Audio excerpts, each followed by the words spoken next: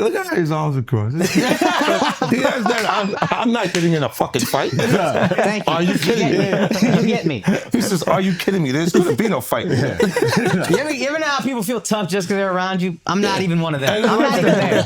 And in lifestyle, look at this. In lifestyle, you know, the funniest Whoo kid would do that, right? The Whoo kid would come. He go, "Yo, we see punting them. I ran out the back. I did this." I said, "You ran? Are you pussy?" Yes. Yo, shout out Whoo Kid, bro. Was like, yes. Who get funny as shit? What the fuck are you doing? That was the first time I ever had a conversation with someone and they said yes. So and I looked at it and I was like, yo, nah, it's cool. We just need him to play the music. Exactly. Right? You don't need him shooting. I said, we're not going to react to nothing that comes from him because we know that he has this temperament. That's fine. It's actually better that he told me than to pretend to be something you're not. And now you got an expectation for him to rumble and then he's not getting after it. Yeah, I'm like, listen, he goes, I'm pussy. That's right. Expect me to do what someone you think is supposed to do in the event that there's an altercation. Exactly. Right? I'm 5'7". And you go like, yes. A regular person, you do something wrong, 911. 9 fucking 11. Come get this motherfucker. Yes. You hit me. Don't act like you didn't hit me. You hit me. Exactly. He's lying, officer. Officer, he's lying. I will see you in court. Yes. It's odd when you see people that portray lifestyle a certain way do it. I agree. Yeah. People trying to get tough with me, and I told them that I'm calling Uncle Donald to look at their taxes. I said, we're gonna find out if anybody gets tough with me. I told Uncle Donald got a call. You better make sure you're not writing off everything. We're gonna look at the write-offs. We're looking at the write-offs because this is not right. Yes, exactly. Those are different alphabet boys, right? Yeah, we got CIA, SEC, all of that. The J-Lo thing was because I had done a record with Jennifer because she's really why I recorded with Puff. She told because she was on Every the 6th. bad thing starts with her. Yes. Well, no. That was a good thing. Wait, hold on. I was fucked up. Free bro. shine though. Free this shine. This is the very beginning. God damn. Free shine, bro. Free shine's been damaged bad. Yo, let's shine back in the country. At that point, it was good. She was like, because she was on the 6th with Corey Rooney and then we were working. Tommy Mottola. Shout out Tommy, man. Yeah, that whole Columbia regime over there, we was working together, and then Jennifer was telling him he should work with me. He's like really talented. Okay. And I started to write little things for Puff and stuff like that. And then after a while, and then after I worked, we did a couple things together. She called and they had a record. It was Jennifer's record, so I wrote to the record. And Irvin found out that I had done the record. This is how. Look, they've done things to block me. I haven't blocked. I haven't told the DJ don't play a record or don't. Irv is Irv Gotti. Irv Gotti, and you can tell now they've admitted it over the time period. Yeah. And that J-Lo record would have been a big look for you because you wasn't 50 But what they did was use me against me. They went and told Tom and them like, why y'all doing business with this guy? Like, this guy's like what he says on these records. Like, what happens when he flips on Jennifer?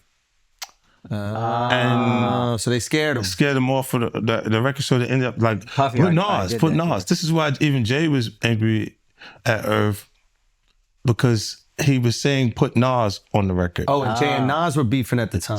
Well, he just won. Oh, wow. That was right after either. Yeah. Well, who won that one to you? Nas won. Easy. Yeah. Why do we not remember that? Like, because he just look.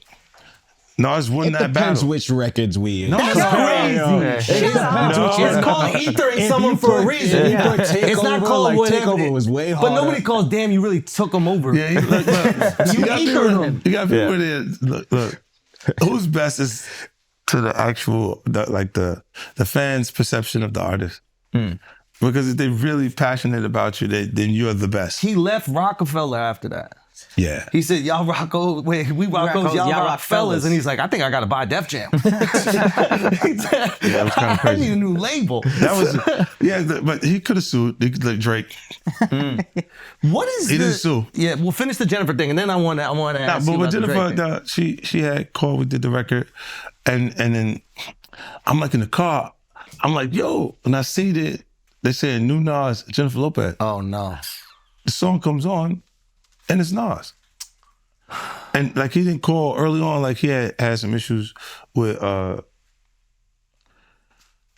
his old lady, his baby mother at the time. And Yeah, we heard about that. Yeah, while that was there, he kind of wanted to do the same thing to Mega, Yeah. You wanted to do the same thing to what? to Mega.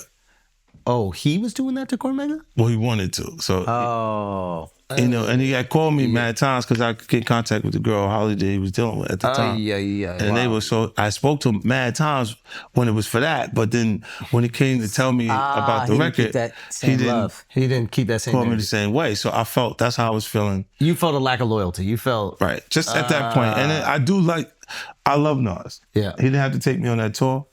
I just sent him in guitar. yeah. He's out there. And I'm like, yo, it's ill to see him because was that before we figured out how to do it. Interesting. Like we couldn't, I was not a good rapper at the point Nas was on fire. Yeah. I mean, Nas. I was still working at becoming good as an artist. Illmatic's still And one of it the took best everything ever. that I went through to get me to the point that I was at on Yeah. Get Rich or Die Trying. Yeah. You know what I mean? Or it's like, you gotta look and say, the universal theme that worked the best for hip hop artists is life and death. Oh, the Biggie. Yeah. Biggie, Ready to Die, Life After Death, and then Tupac, Machiavelli. These are all life and death Yeah. theme records. You know what I mean? So when I add a little bit of aspiration to it, I say get rich or die Die trying. trying. Oh. That's great. You I know? mean, we were just listening to it. I'm sure all you guys, I was listening to it, coming, and the energy is absolutely crazy. But it also, like, I remember, is that the biggest debut of an artist? Yeah, the largest debut in hip hop album. Wow. And it was because I got bumped around. I would have came out of Columbia, it would have been like, boop. Oh, that's right. So everybody knew about you. You're percolating. There's the heat. You're hearing about all the drama. You're getting better Then at rap. I get shot up. I'm getting better at the same time. And then by the time I come back, and I just didn't switch the narrative. See, look, if they go like this, they go, a lot of times we hear people say something and it's dope. And you go, yo. And you look and go, is he really like that? Like, is the artist really like living that lifestyle? Is that? And the part where it breaks is he's not. Yeah, I don't know if you can tell. I grew up in the suburbs, and that was This is right here. It's like and that was the thing that everybody was going crazy about. Is this guy? All the rappers that talk all this shit, this guy He lived is it. this. and they were like they were so romanticized by it or whatever. It was like, this is it. No, And then it's still here. It's the NBA young boy Dirk yeah. area in our culture in hip hop. Yeah. Like Kendrick, that part has been there too. It was just conscious rappers. It was like Common Sense. It I was used to Mos love Def. that, It yeah. was Yeah. Talib Kweli. It was I used to love that Q-Tip. until I got a They job. were smarter rappers. Yeah. Yeah. And then, when your hit record is Sit Down, Be Humble, that's fucking smart shit to make a hit record out of it. Yeah. Okay. What age group is it inappropriate to not like what he just said? None. None. Oh, wow. So you can reach the masses if you're being a little bit when more. it connects, when it's done properly. It's just harder to connect. It is harder to do it that way, from my perspective. Yeah. Quick question about the Nas J-Lo thing. He knew you were going to do that track and still didn't call you, or do you think maybe he just didn't know? I don't think it was aware of it, Yeah. but they did that Right. in his behalf. You see what I'm saying? They said, Yeah, no, yeah. no. Oh, I know and- they did that. And then shifted for him to rap on the record. And then when that happens, and I'm like, damn, why you didn't call me to just say I'm not on the record, that he's on the record. Yeah. See, because No, but do you think he knew that you were on the record already? Because He maybe was he didn't supposed know. to be on it. I think they Oh, he knew. they Okay. took him off Yeah, that's me off the different. record. Yeah,